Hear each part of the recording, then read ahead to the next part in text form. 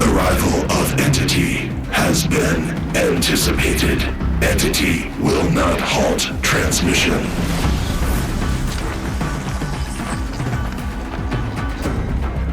To contrary, calculations are precise. Presence of entity has been accounted for.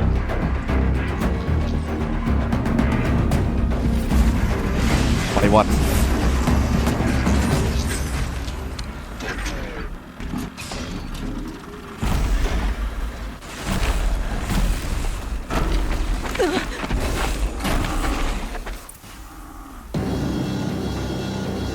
Get ready! It's a Deathbringer! Yes, the boogeyman. Never mind. Nowhere to run! The sun sees all!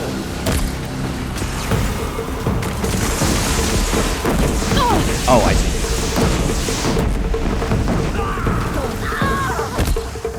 Wait, now they are following me. They reset the status effect on it.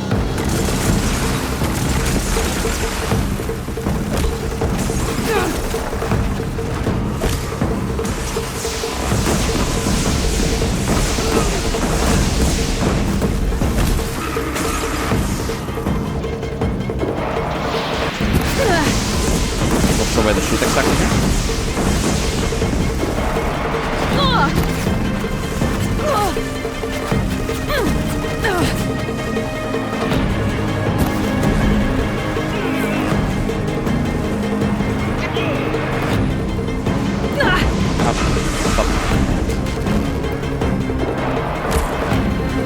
Is he gonna jump?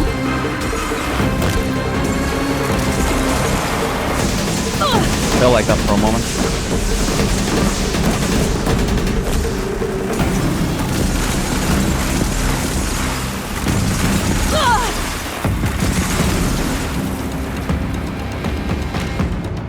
Do those come up?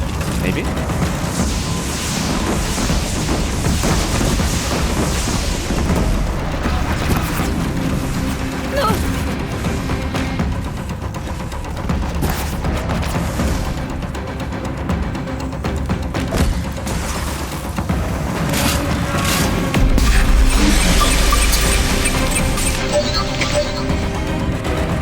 These come up. More of them on the way.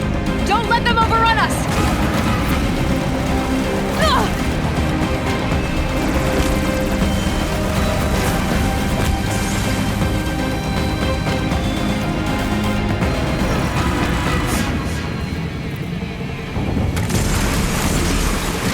Oh, hello.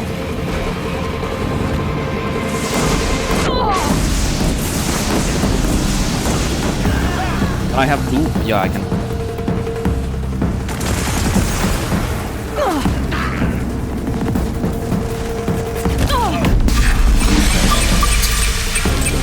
Time enough to put the machines back.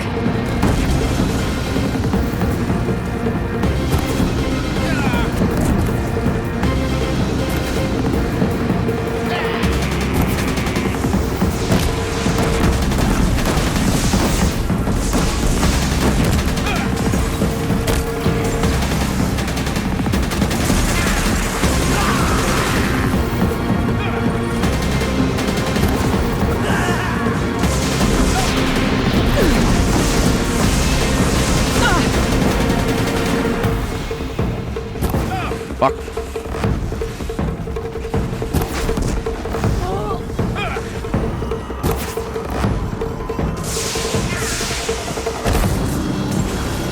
Watch it, Aloy! More machines! All of you, focus on the new machines! This shot's for you!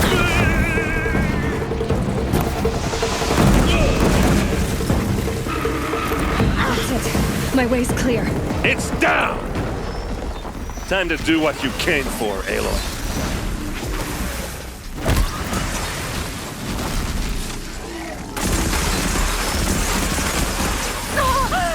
That doesn't look me. Fuck.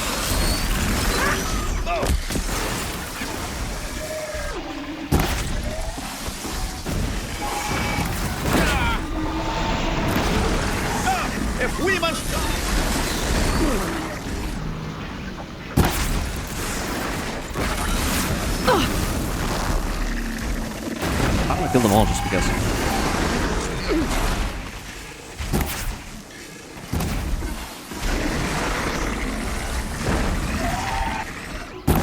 Now only the metal beast remains!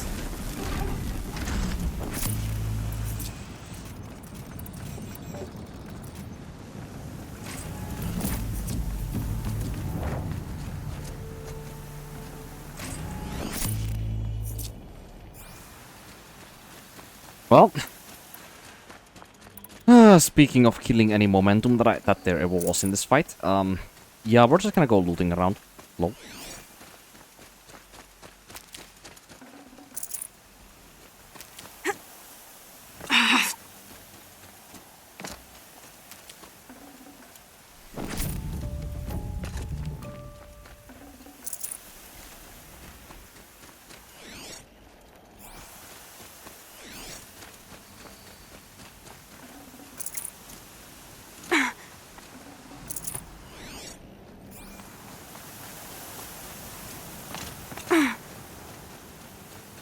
Yeah, nothing like the weight of the entire world waiting for Aloy to loot some items.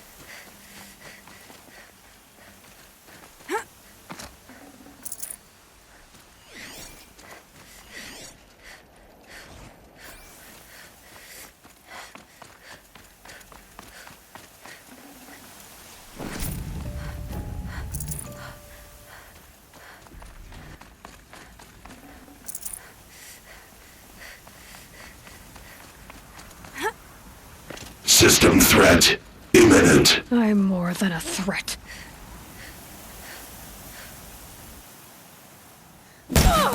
Stab it.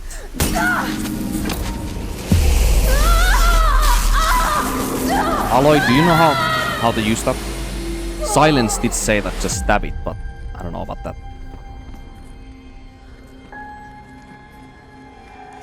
Stab it and get sent to another dimension.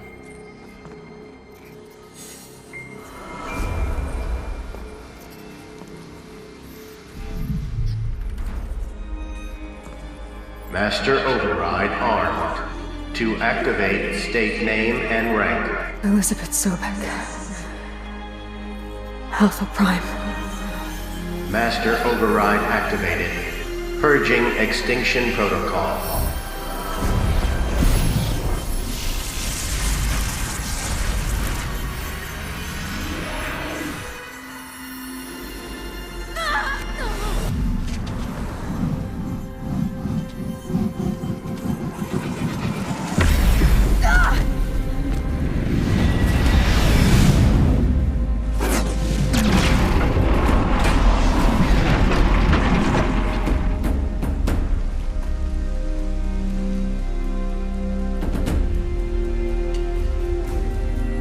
Hey, all of them can go now and gather the scraps from all of the Deathbringers.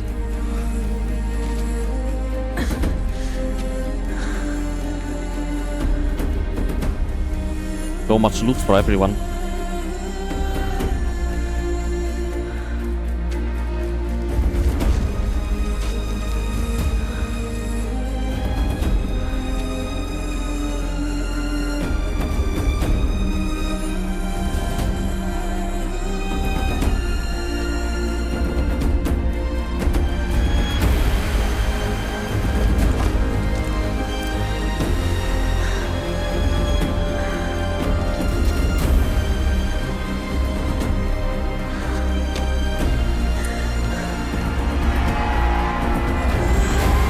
We see them from here.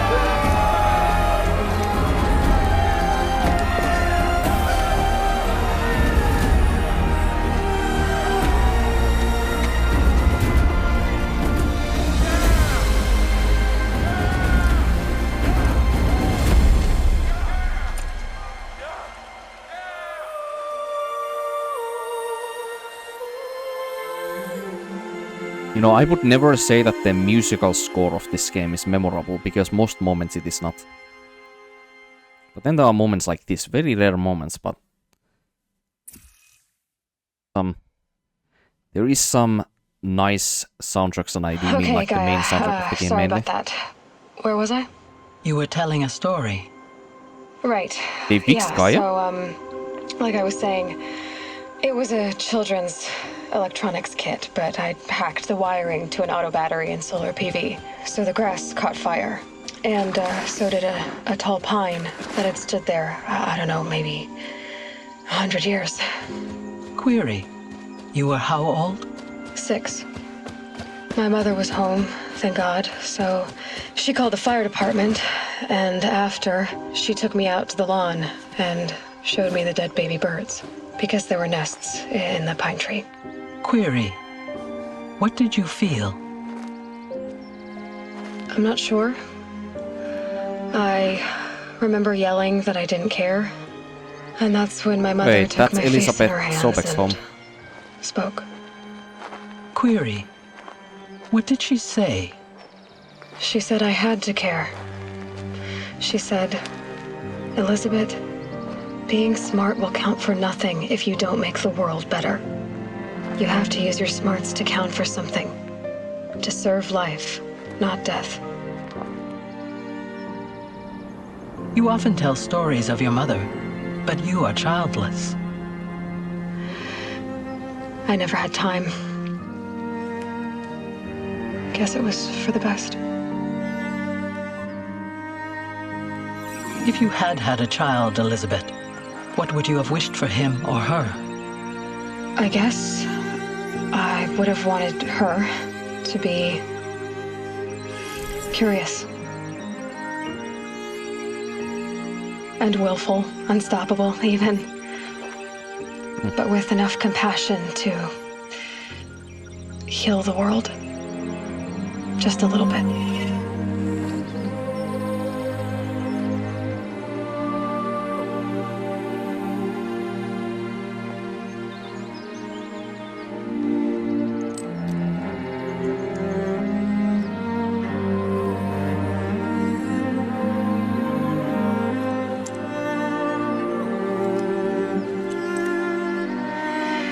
Anyway, that's all I've got for now, Gaia.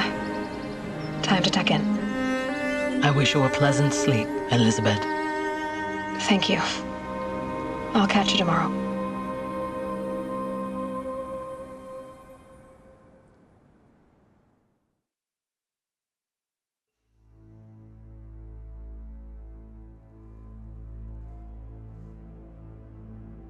Are they... Oh. I didn't notice it was the cutscenes until it was too late. I wonder what happens to the knowledge of the hunters in combination with what Aloy will surely tell them of how Hephaestus works. Because that... I don't think that was a flashback. I think they actually were able to repair Gaia. This was a... There was a time leap forward here for that scene, where Aloy finds Elizabeth Sobek there. Yeah, has to be. So they were able to repair Gaia. And that probably means that either Gaia will explain of what she is to all of the other, tribes people as well who are curious enough, or who Aloy, allows to listen to Gaia, Maybe it's gonna be widespread knowledge of, what Hephaestus, or how Hephaestus creates the machines and why the predatory machines appeared in the first place. So maybe that's gonna strongly impact the hunters, harmonious, the relationship that they have with the machines to be more harmonious rather than predatory or scavengers in nature, I guess. So maybe they're just gonna leave them be, and just hunt only wildlife, Or maybe they're just gonna have herds of machines in some peaceful nature reserve areas, just grazing the land freely, and they are protected by the Karja tribe and all of the other tribes in some worldwide pact that they are gonna create, you know, because they know more so right now, you know. Anyway, I can totally see as to why people were excited for the sequel for this game. This game's premise of what it is one of the most interesting background stories that I have ever heard. The actual presentation of the story itself in the game is very flawed.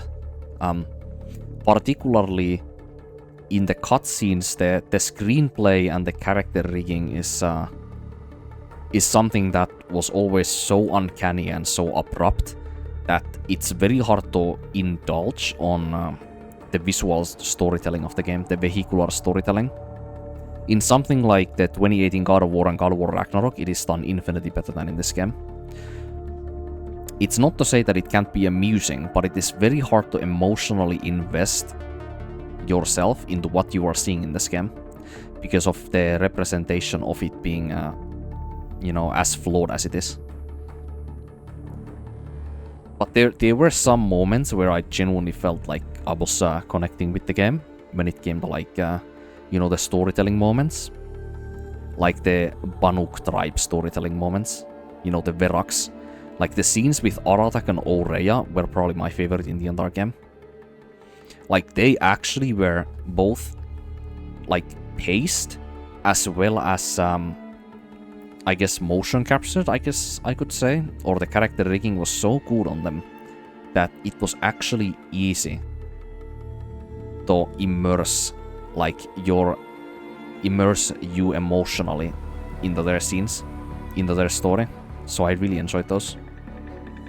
Though I think the several dialogue option presentation of this game is as, you know, character dialogue and indulging on the, you know, the character stories in this game, the way that it is set, I think immediately makes it harder for me personally, at least, to indulge in the stories this game tells.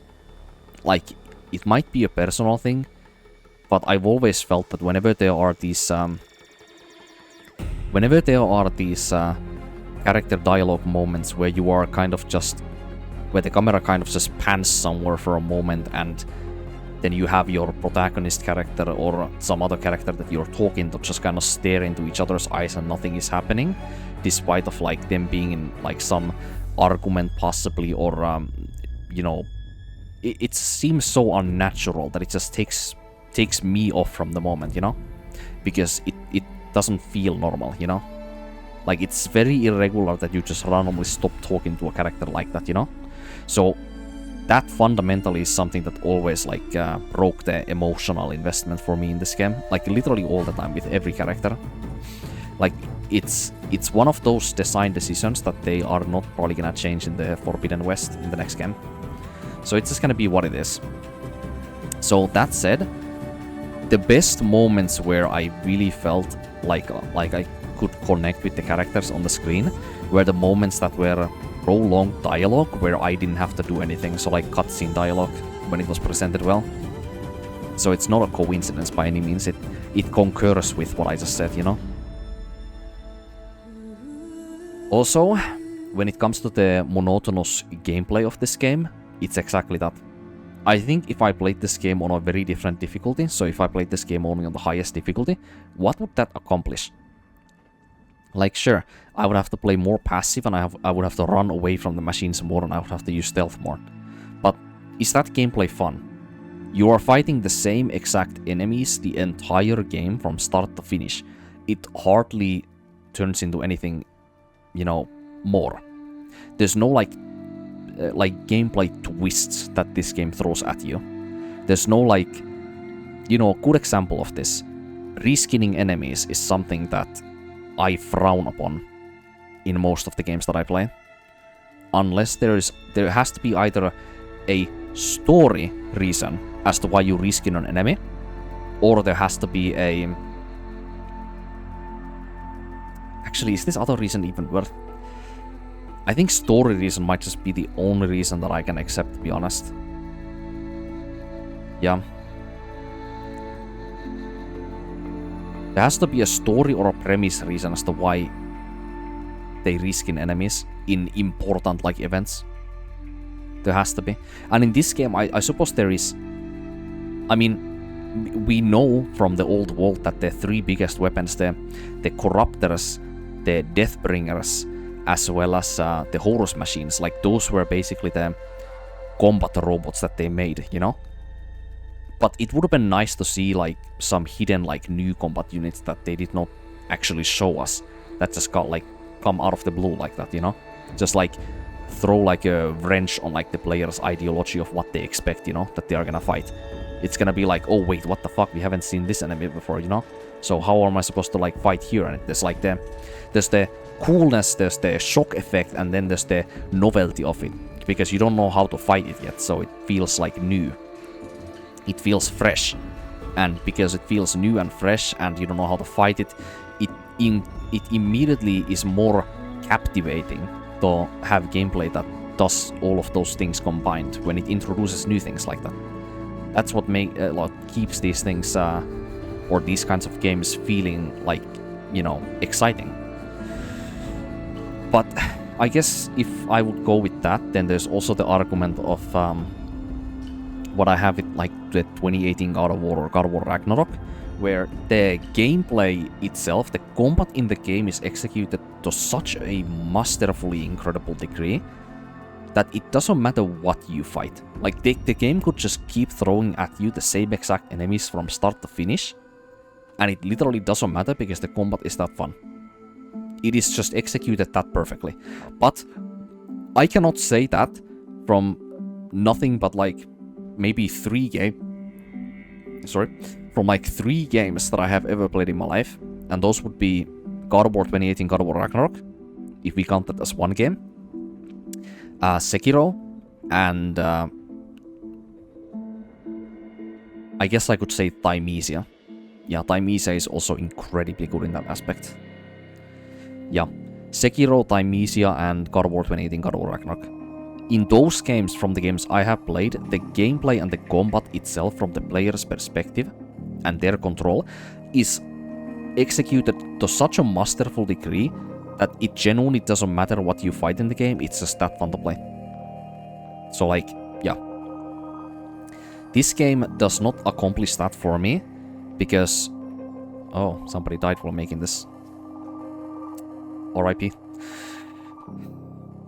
This game's combat does not... There might be some after credits in here, let's see.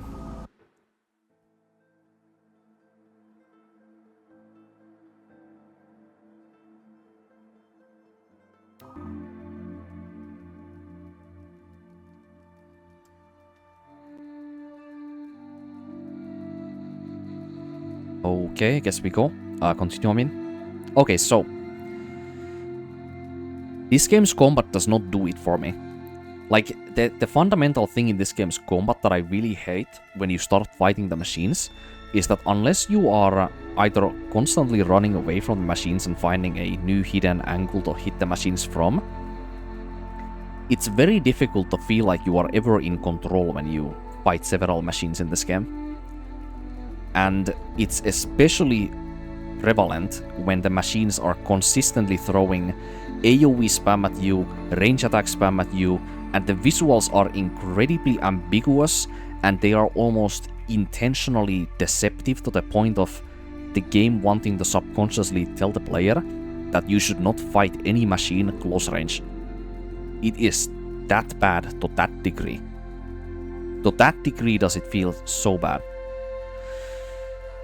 So the combat in this game feels frustrating when you start fighting the machines. You have to carefully aim with your weapons and strategize a bit, while juggling like, you know, 5 to like 10 different machines at times around your character.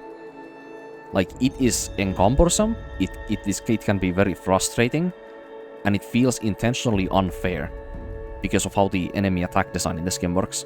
It is very cheap, frustrating, and leads to a very unenjoyable experience in a lot of fights. So like, the combat in this game just does not do it for me like that.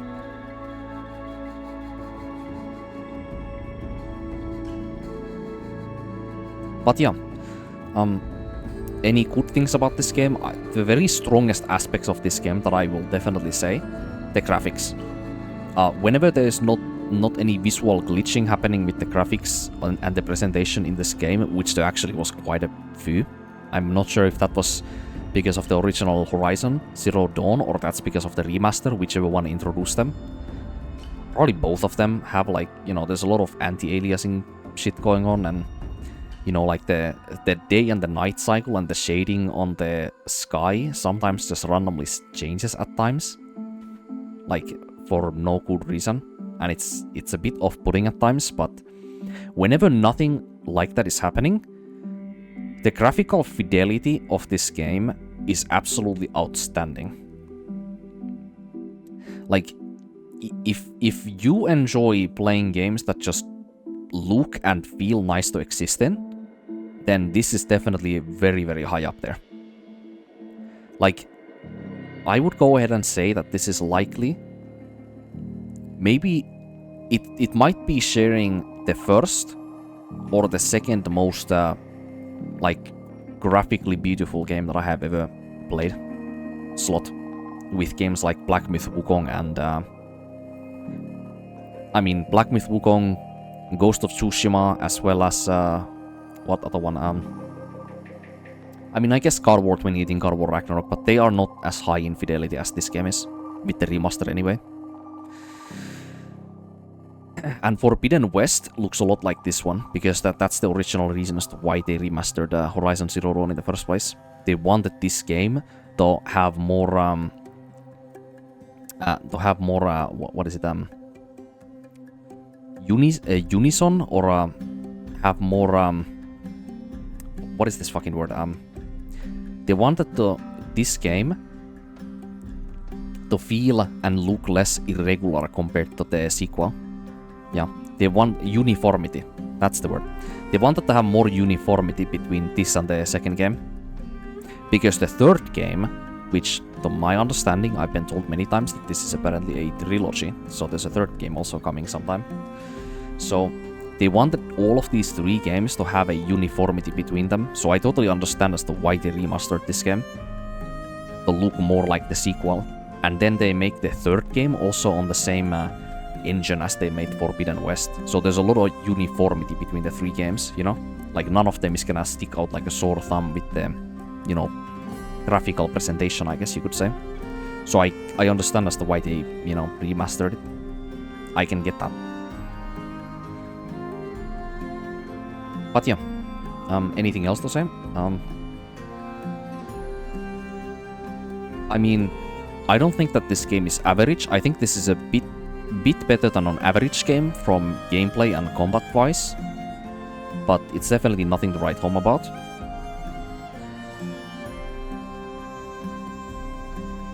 And, you know, if I was a different person, if I had less experience playing different video games and just, you know, kind of just more like this like childish like wit, I guess, or that childish like wonder when it comes to playing games, then I would probably feel different about this game. I would feel a whole lot different about any game, to be honest. It's a lot of the thing about video games is that when you critically like pick pieces of a video game into different segments like I do when I play these games nowadays, it's something that most people probably don't do. It's like you subconsciously notice it, but you don't actually almost like explain your thoughts to your own self of like, you know, why you felt a certain way about something. Like that's part of critical thinking that I do in these games nowadays. You know, that's one of the biggest reasons as to why I stream and record these games in the first place. You know? Because I want to share my thoughts on this. It's like I have a profuse desire to talk about this stuff. And that's what it is, really. I like it. I love it, actually, in fact. But yeah. You know, for a person who thinks of these games less critically, like, you're always gonna have different opinions about this, you know? You don't have to, like, know exactly why a certain thing is the way that it is for somebody to enjoy or dislike something. All it has to be is just a gut feeling of what you see and what is presented, and then you can just make your own deductions, right? You don't have to be critical and rational about it. But I like to do that because I like the, you know, when you have played as many different, like, very great games and not so great games as I have, and, you know, and I like to talk about them, like, very critically and give my very honest thoughts and experiences in these, then, you know, it's something that I do. And this one, from what I was expecting when I went into it, I said that I was expecting an open world game that has a heavy emphasis on story. That's what I said. And what I got was an open world game that had a story. But the main content of this game, the main gimmick of this game was that it was an open world where you hunt machines. So I got a game that has a story, has branching stories and errands in it, but the main bulk of the content that the developers clearly intended you to indulge in was actually the hunting mechanics and the open world. The story in this game does not feel like it was the very first thought and important thing that the developers thought of. The visually presented story, not the background story, the premise. That one is actually incredibly fascinating. But the visual story, the vehicular story that we experience as Aloy, is like... well, it definitely is not stellar, let's say that. It's... you know, it's there, but it is not something that is just... you know, it's not something that just captivates me when you play this game. It's not like in Ghost of Tsushima where you literally have to just see the fucking introduction of the game. You have to see like the first 2 or 1 minute of the introduction scene to that game, and it's like you're immediately hooked on what you see. It's like on the moment. That game does it like incredibly fast, and it keeps that grip on the game the entire time. The story in that game was not an afterthought, it was the main important thing. A very strong story.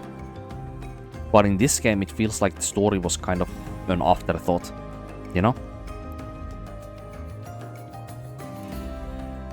How long is this gonna go for? This has done the same roundabout now twice. And also the text has massive amount of anti-aliasing issues on it.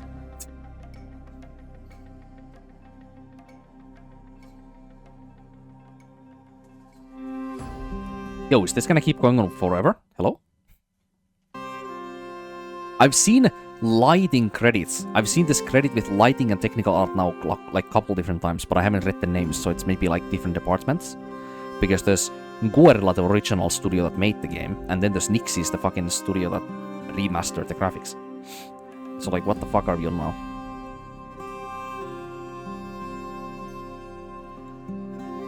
Oh, anyway.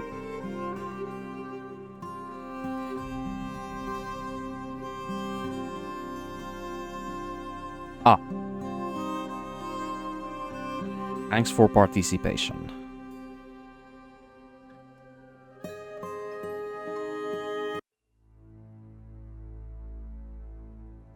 Bros and Wilds has different credits too? Dude. Can you fucking chillax with the credits? How many does there have to be? What the fuck?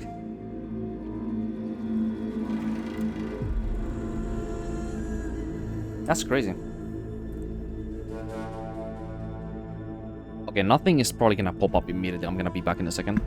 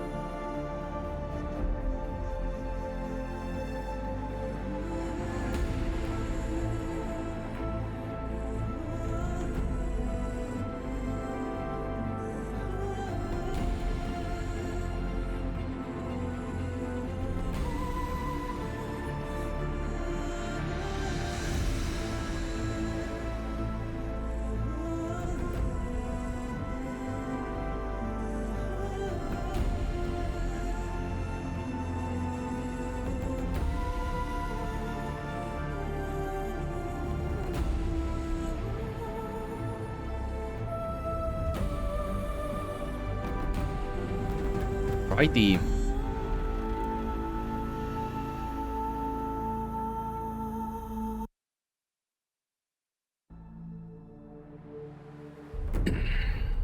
Also, I'm not gonna pop on the Forbidden West immediately after this. I'm gonna probably eat and take some break after.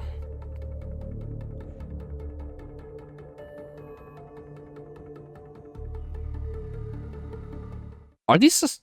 Wait.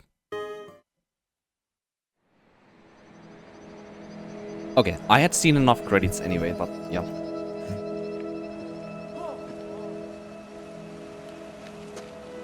What's this about?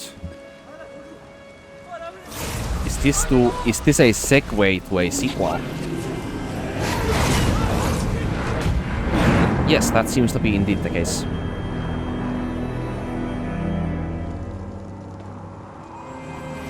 Sylens. We heard literally nothing of him, by the way.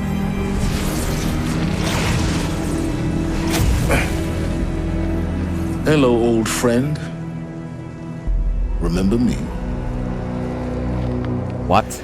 We've still so much to discuss. So much you never revealed. Your masters, for example. The ones who sent the signal that woke you. Knowledge has its rewards, don't you think? Well, let's begin.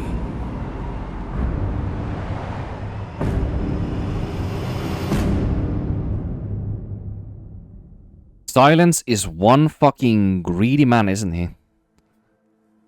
Wow. Wow, wow, wow. He just does not fucking stop.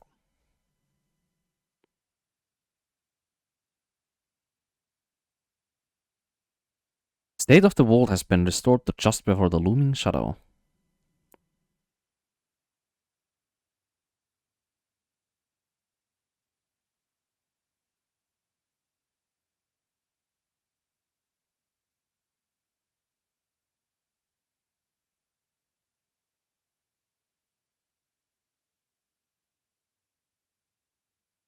What do you mean, quit game? Ah, it loaded the same save. Dude! Why did it not simply... Okay, I don't understand, but like... I don't know why it didn't kick us into the main menu. Like, it should have just simply done that.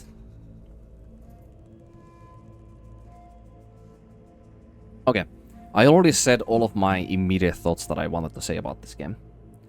So I think next off, I'm just gonna segue myself into the break. And who knows? Maybe in an hour, couple hours. Gonna start Forbidden West and see if the presentation is better. And also, what the fuck is Sylens doing? Like... Dude, it doesn't make sense. Like, we used the Master Override to destroy that module of Hades.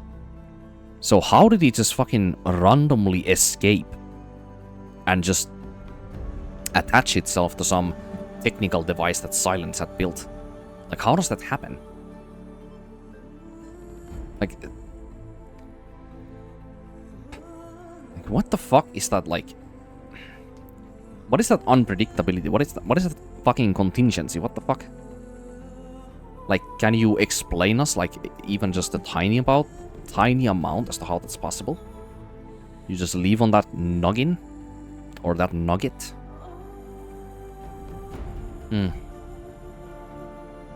I guess we'll just have to see in the Forbidden West, huh?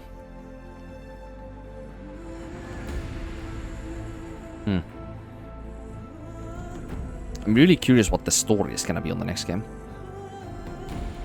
Because the story of Horizon has actually been told already. Now it's just progressing forward. You know? The story is told, but now you have to, you know, produce something new. Something that has hardly anything to do with the old ones anymore, you know?